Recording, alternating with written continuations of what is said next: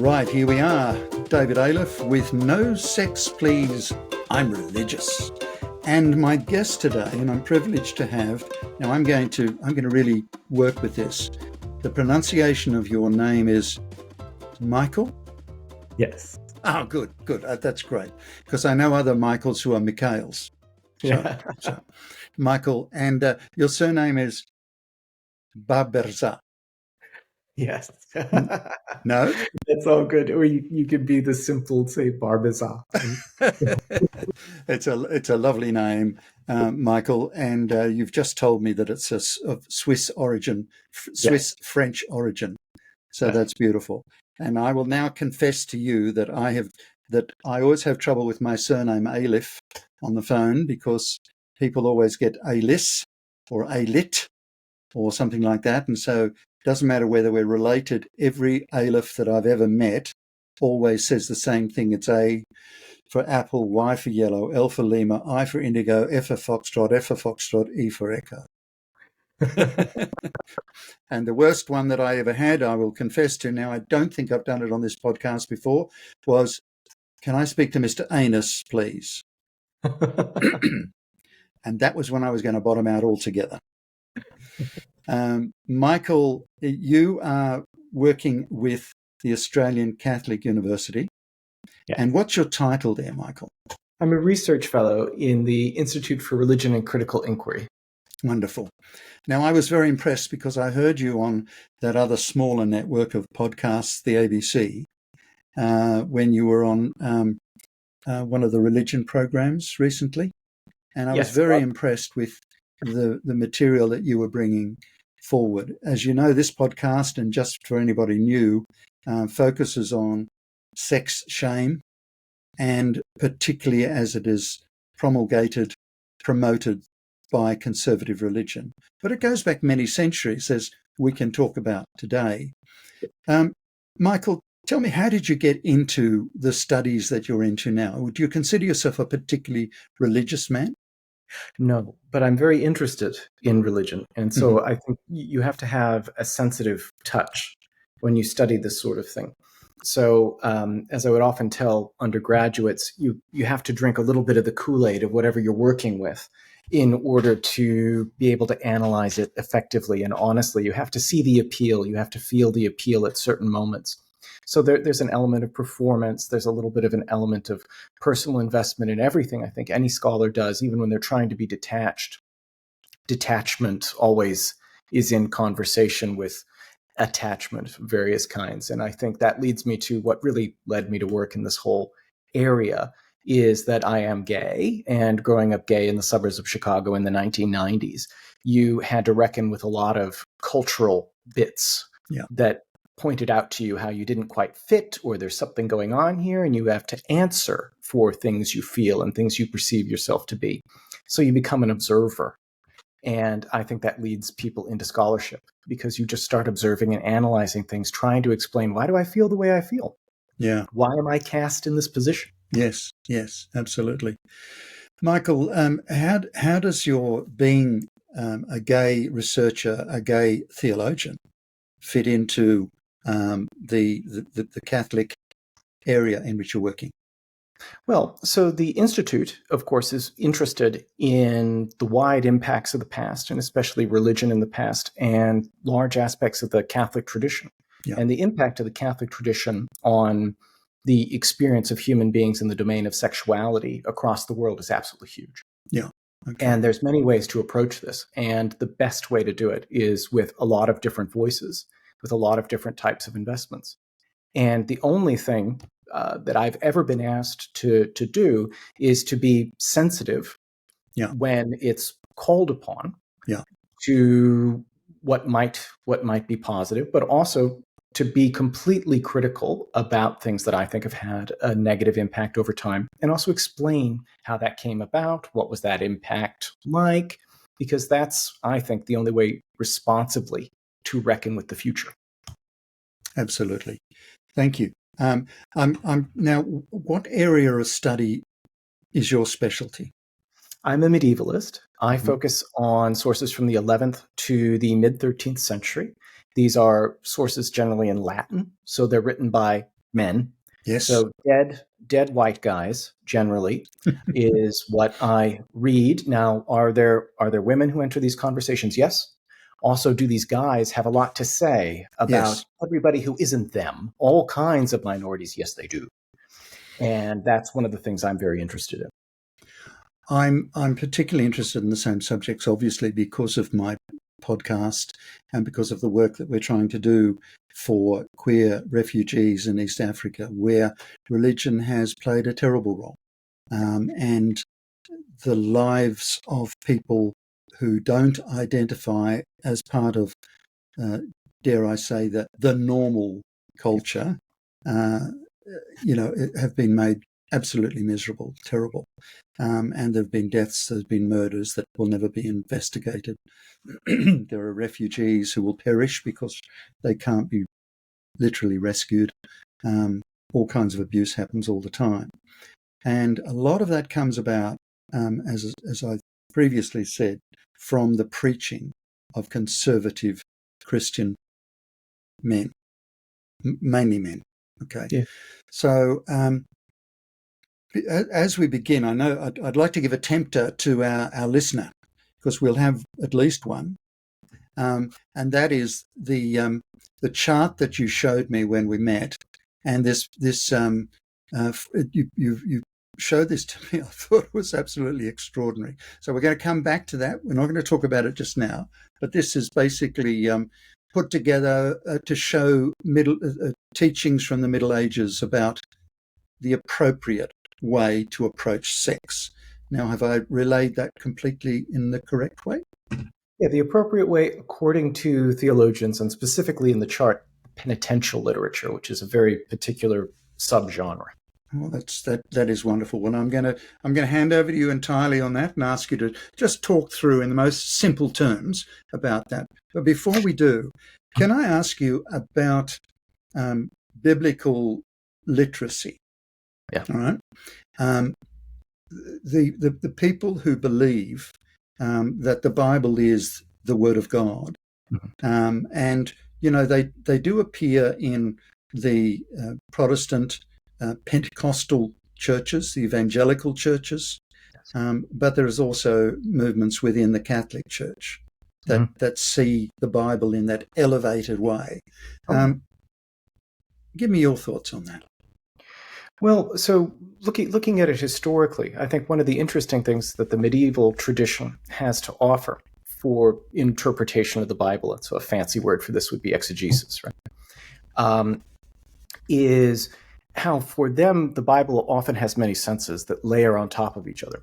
So one passage, one verse doesn't necessarily say one simple thing and is only applicable in one simple way. It can have allegorical meanings. It can have meanings that tell you about how the end of the world is going to go down and what that will be like, the next world to come. It can be, if you're looking at the Old Testament, it's generally, according to them, referencing a part of the New Testament, but under figures. So Job, for instance, they often read this as a figure for Jesus. Yes. In various ways, or a figure for mankind in different ways. And all these different readings exist for them at the exact same time. It's a very interesting thing for them, how they do this. And so this allows them to pivot from one explanation to another explanation, and at the same time, they can say it's all true. So an interesting way, for example, of how they handle stuff that might be difficult, like Noah's Ark, right? So there are plenty of medieval people that argue about how could the boat have even stayed afloat, for example. Yes. How big would it have to be? They're concerned about that. Some of them do the math. And they say that this seems like a very strangely large and unwieldy boat. So they're critical in that way. But also, so they're insisting it is a real boat, but also they insist that it must symbolize something too. And for them, generally, it's the church, right? Because you all are you get on board and you survive the flood, right? Yes. Is the idea. And for them, they're often much more excited about the allegorical meaning than they are about the literal meaning, which is sometimes difficult. Yeah. But I think that's just an interesting approach that the medieval past can give us that sometimes we don't pay much attention to, is creative and allegorical interpretations. We tend to think that the world as we know it is the way the world has always been, don't we? We tend to think that, the knowledge that we have now, everybody has always had. Yeah. Which on the one hand we all know isn't true, but it does still drive a lot of thinking. I recently saw the documentary 1946. Have you heard of that at all, Michael? No. Okay, well, just to tell you about it very briefly, because I'm going to talk about it later. I'm hoping to interview the director. Oh.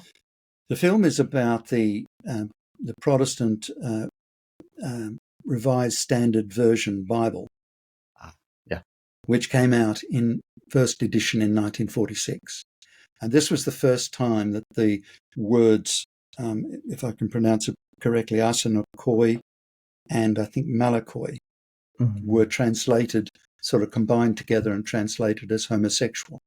Yeah. And people are surprised to realize that that word did not appear in any translation prior to that. And a fellow who was a young gay man studying for the ministry in America wrote to the editors and pleaded with them not to translate those words in that form. Yep. And he received a very gracious response. But they were unable to do anything about it because they had signed a contract that would say that nothing would happen for 10 years. Anyway, I won't give the whole thing away because the documentary is really, really worth watching and is done in an extraordinarily balanced way. So much so that the director, who is a wonderful woman who I met, she's a lesbian, she also includes her father, who is a conservative evangelical pastor. And no matter what evidence is presented to him about, the original, I use that very loosely because there are no original manuscripts, but the original languages from which the Bible is drawn, whatever was presented to him that is, argues the point and shows very clearly that this was a wrong thing to do, he very bravely resists and is unchanged by the end of the documentary. And yet, the other side of that story is the love relationship a very difficult love relationship between the father and the daughter. That alone is worth watching. So I just mentioned that not to take over the interview, but to say to you, as you well know, those who are going to be fundamentalist about this sort of stuff, they don't care how much knowledge you've got or how much study you've done. They have their points of view and they are naturally right. Yes. Yeah. And so one of the interesting things about historical work, if you're this sort of person who wants to do this, is you can track changing interpretations of those words over time. And so if you're thinking like a medieval theologian, for example, you would go to your glosses. So for the Bible, there's something called the ordinary gloss, often called the glossa ordinaria. And you would go to these difficult passages and you would read the gloss, and they would have things that various church fathers, often people like Jerome and Augustine, what they said about the passage, arranged for you to help you through these moments. But for scholars today, we can read those and how they change, and they do change, to see how interpretations were moving. I found, and you've mentioned Augustine, and I find it curious that when you read some of the original, and I certainly haven't studied as you have, but when you read some of his original writings on sex and sexuality, I came away from that thinking that this man, who was one of the great fathers of the church, actually had some major problems. That if I was a I can only look at it from modern times, right? Yeah.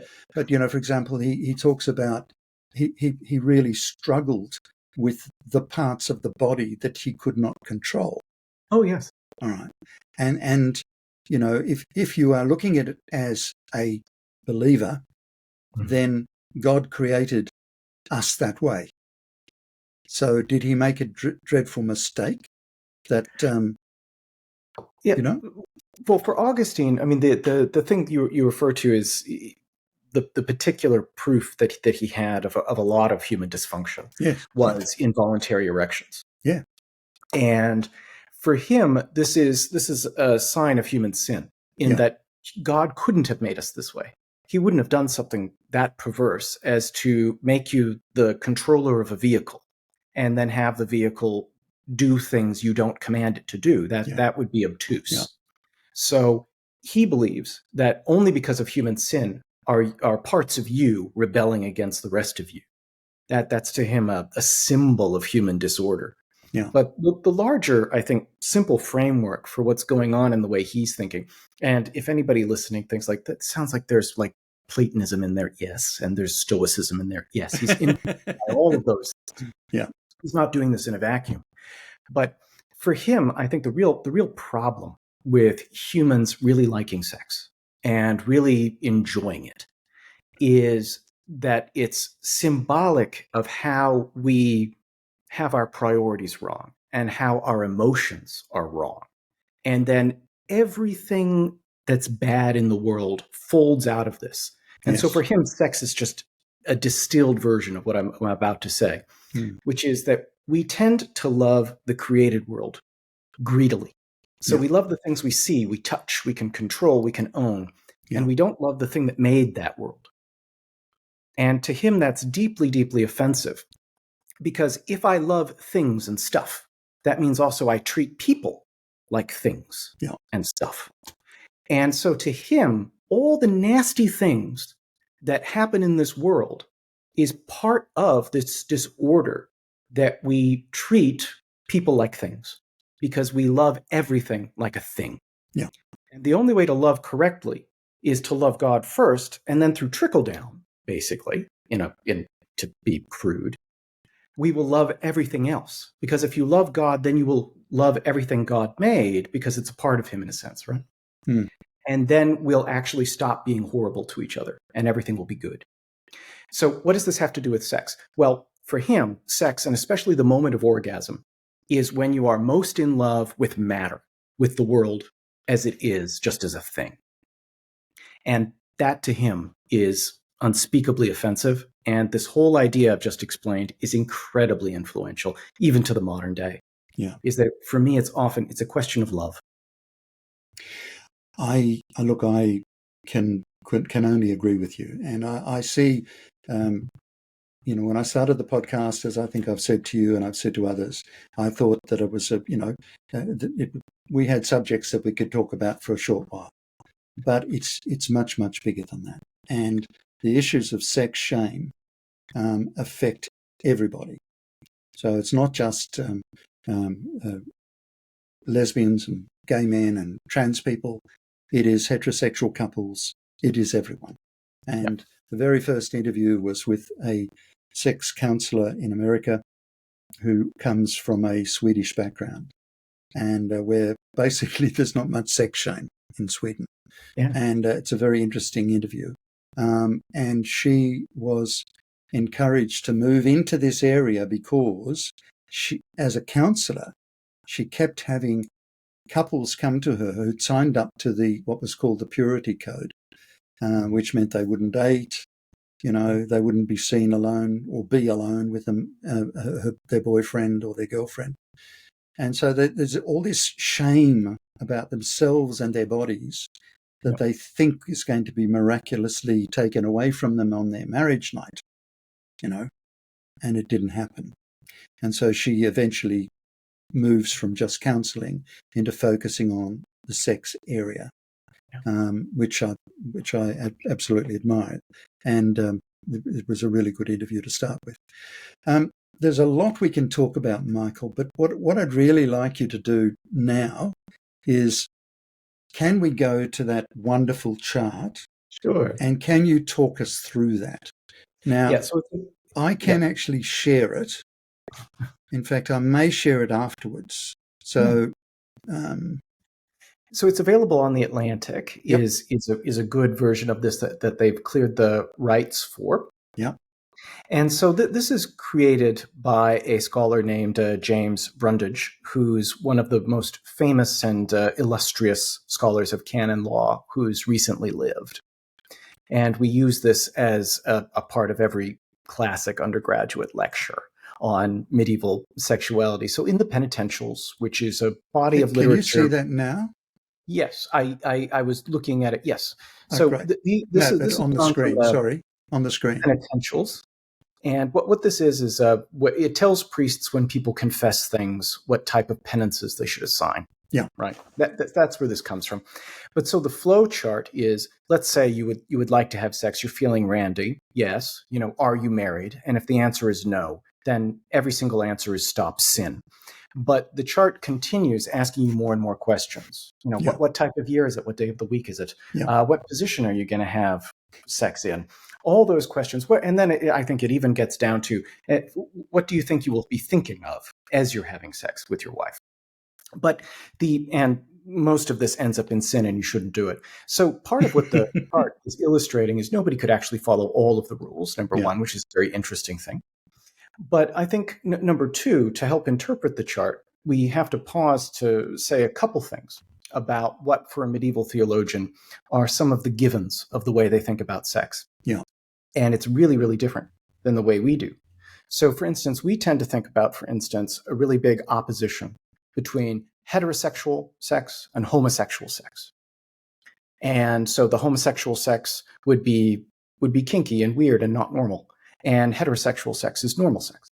But if you're thinking like a medieval theologian, you don't have that division in your head. You have a different division, which is of the time. And that division is sex that makes babies and sex that does not. So the only type of sex that could potentially be licit, and not all of it, mind you, at all, but the only type that could potentially be licit is reproductive sex. Everything that cannot make a baby is wrong. And there's different degrees of wrong in there, for sure. Thousands upon thousands of pages written about that. But the real division that people need to remember is the division between procreative sex and non-procreative sex. And within that, the general function often of, for instance, people of the same sex having sex with each other is to be the epitome, the biggest expression of this non-reproductive option that's bad. And that's, as a boogeyman, that's how what we would call homosexual sex functions in how they write and how they think. Well, and of course, pleasure Yes. in all of this really doesn't fit in, does it? It's frequently bad. Now, do they pause to think about this? Yes, they do. And interestingly, one of the places where they say a lot of things you don't expect them to say, and these are people with theological training, is when they're in a medical mode. So when these guys are asked to comment on medical texts, you can almost hear the brakes screech and change, because there it seems that pleasure in sex has a function. It seems it's very important in reproduction, for incentivizing reproduction, and they also think for how the mechanics even work. And they even discuss if the pleasure of women is important. And some of them think it is. A lot of them. That's nice. But some of them do. And so they are aware of pleasure and the problem of pleasure, because it seems to be important. You can't really have sex without some pleasure. And so some of them want to gloss it as, well, that means that all sex has at least a little bit of sin.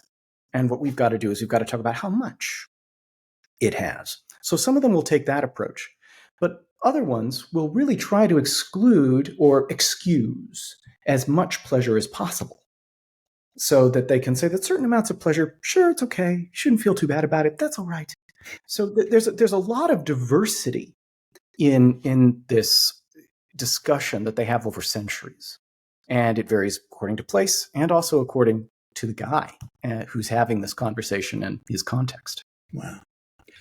It's I'm kind of glad that I work with people with disabilities, as you know. And, long before I did work in that area, I had a cousin who had an intellectual disability. And I came to the view in my teenage years that in some ways, people with an intellectual disability are more, shall I use the word blessed, than people who, are highly intelligent and so on. Because, you look back at this, and what I find with the people that I work with, pleasure is not an issue, it's not an issue. It's not a guilt thing that we have to deal with. It's just part of life. Like a child, a child doesn't theorize about whether it's a good idea to kick a ball in the house or not. Gets into trouble because they're going to break things. But it's all about pleasure. It's about having fun. So as we get older, there is this rule-making thing that comes along and has come along, forever, where we say, oh, this is right and this is wrong, and that's such and such. Fortunately, I think, can I ask you this question? I mean, what do we do? The best theologians, the best academics, what do we do when we find that medicine teaches us something different to what we've learned? Well, I think you're asking a very science question, because this is one of the real issues that medieval intellectuals pose for us that is in some ways useful. So sometimes we can view what they're obsessed with as a little quaint, a little sometimes crazy, and sometimes as pathological. But they are posing something to us that we haven't yet solved, which is, what do we do with the uncontrolled potentials of pleasure? What do we do with how, when we're trying to make ourselves happy, the fact that we hurt other people almost all the time? This shirt I'm wearing, how did it get made? Well, human misery is how, and it's because I want a shirt I can afford. But for them, sexual pleasure is part of exactly that selfish regress of human action that exists only upon a mountain of misery. And so their obsession with sex is for them part of pointing towards, why do people hurt each other in the pursuit of selfishness? Now, their answer, which is unpalatable for us, is to become incredibly suspicious of all pleasure because it all stinks of this to them. But we don't want that solution to be true. But what they are posing to us is something we still haven't solved, which is, how do we make ourselves happy and be good? We don't know how. And that's still a problem that as a society, we're desperately trying to solve, because we're trying to find the lines of, at what point in making myself happy am I doing too much harm? How much harm is enough? And a lot of what they're doing is trying to find the exact same sort of thing, just their categories are different. Their boxes have different shapes. And that's what they're doing. Let me throw in a question there. So, I mean, not all partnerships, whether they're married partnerships or not, are successful and happy. That we have examples of lovely relationships between men and women, and men and men, and women and so on, where I would think that the argument that you're talking about that they had in the Middle Ages, and we still talk about today, about the line with pleasure and so on, is balanced reasonably well. Because where you've got a couple who can openly, and that I think it's fairly rare, but let's say, I may be wrong, openly talk about their desires and what they want from their relationship and so on, and then they both work together toward that. And of course, there are other people who may possibly be listening who are not one monogamous or whatever, but it's all about respect and agreement. To me, they're closer. Anyone who's working on that basis of trying to respect the needs and desires of partner or partners is miles ahead of, well, the extreme would be the old style marriage, maybe from medieval days or later, where it was a patriarchal society and it was the man called the shots. Yes, I mean, and there's all kinds of legal things we could talk to about, the coverture, which is the essence of patriarchy, right? But I think an important thing to remember, though, is that a lot of our ideas of what a conjugal unit is might actually be very, very modern. So this idea of Yes. romantic love and how you fit. Sometimes in the past, that isn't the case. Sometimes it's pretty clear that spouses did like each other in a way we can instantly recognize. I don't want to say that didn't exist. No. But also, the family is frequently a labor unit. And sometimes that's how it has to function. And that's also another reason why what we would view as homosexuality, if we project it into the past, doesn't quite work, because people had to exist in these labor units that often involved pairings of people of different sexes and children just because of labor necessity. Yes. So if Bill and Tim wanted to go off and live together, there was actually not an economic way to do that pretty smoothly, except, and here, let's cut out sex for a minute. Yep. If you want to have a homosocial environment where men are just living together, loving together, working together, existing, well, there are institutions for that. They're called monasteries and they're called universities. Yes. In the Middle Ages. Yes. Now, of course, did randy things happen in both of those places? Yes, but that's not core concept. But the interesting thing is that if we're speaking from the point of view of orthodoxy, of correct behavior according to medieval authorities, these are environments where men live and work only with other men, and everything is theoretically perfectly fine. Yeah. And at least that's part of the history, for me, of homosexuality. You don't necessarily have to have the sex there all the time, because if we're talking about love and relationships where people are being respectful and trying to be good to each other, both of those places are institutions about that. Yes. Yeah.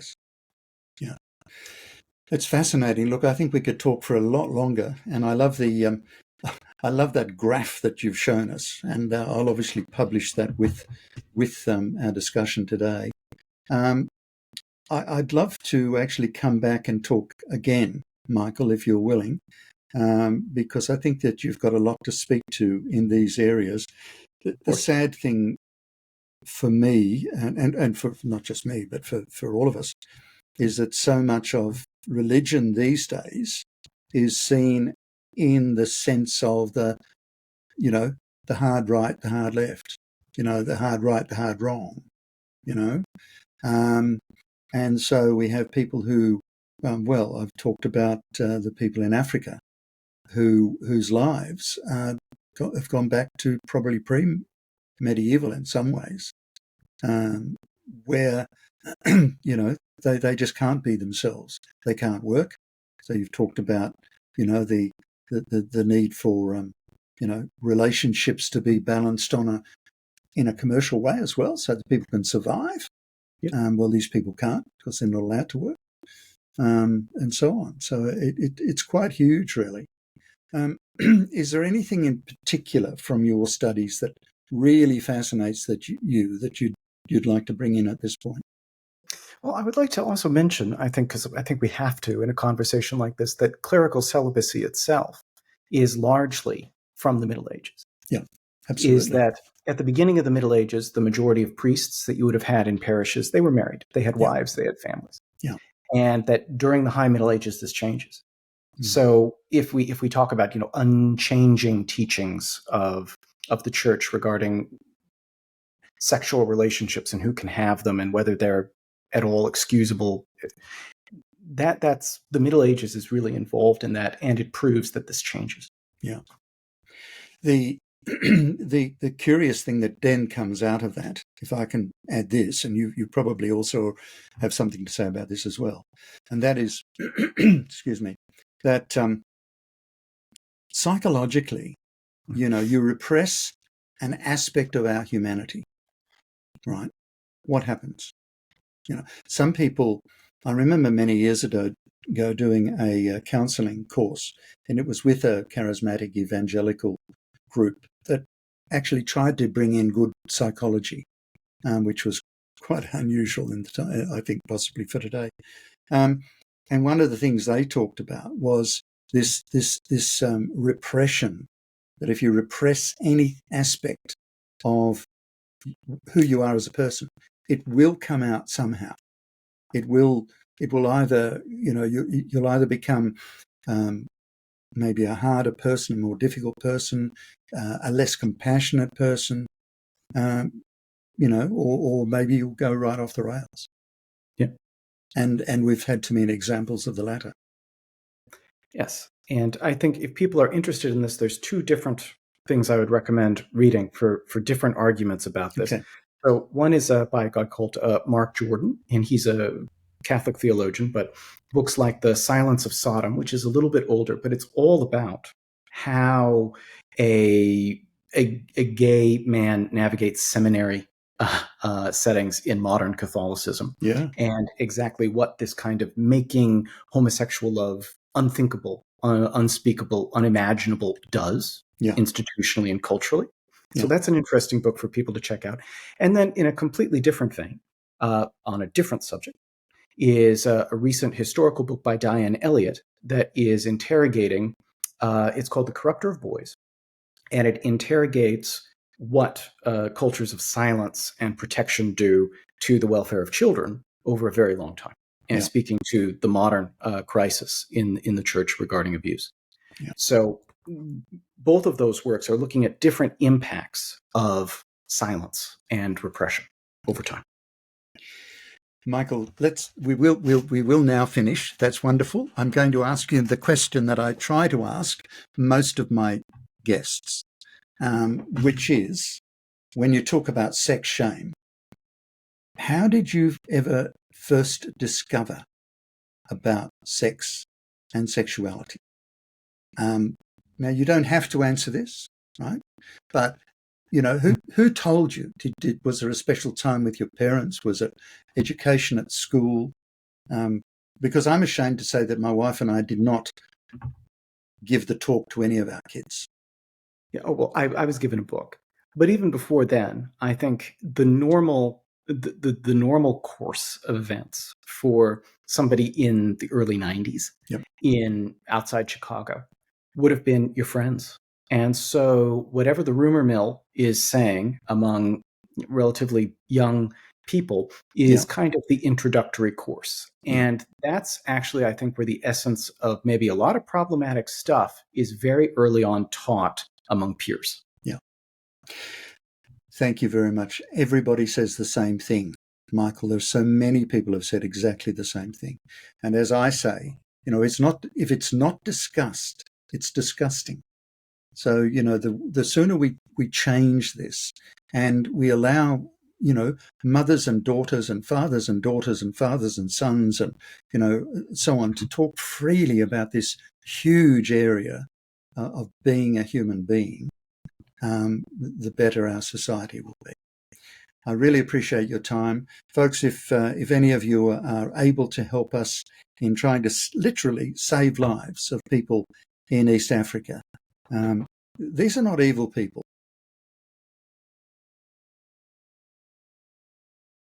Or lesbians or trans. And I often think of the trans people because if it's so deep in your psyche, and I'm sure you understand this, Michael, if it's so deep in your psyche that you cannot even hide the fact that you are, you identify as a different agenda to your birth in a society that will kill you for doing so, this is not kid stuff. This is real. And if Christianity and Islam and any of the great religions can live up to what humanitarianism stands for, which they should not only live up to, but exemplify, it's about doing unto others as you'd have them do unto you. If you can support us, please click on the links that will appear magically, or have a look at the links in the notes below. Thank you very much, Michael. I really appreciate having you today. Thank you for having me.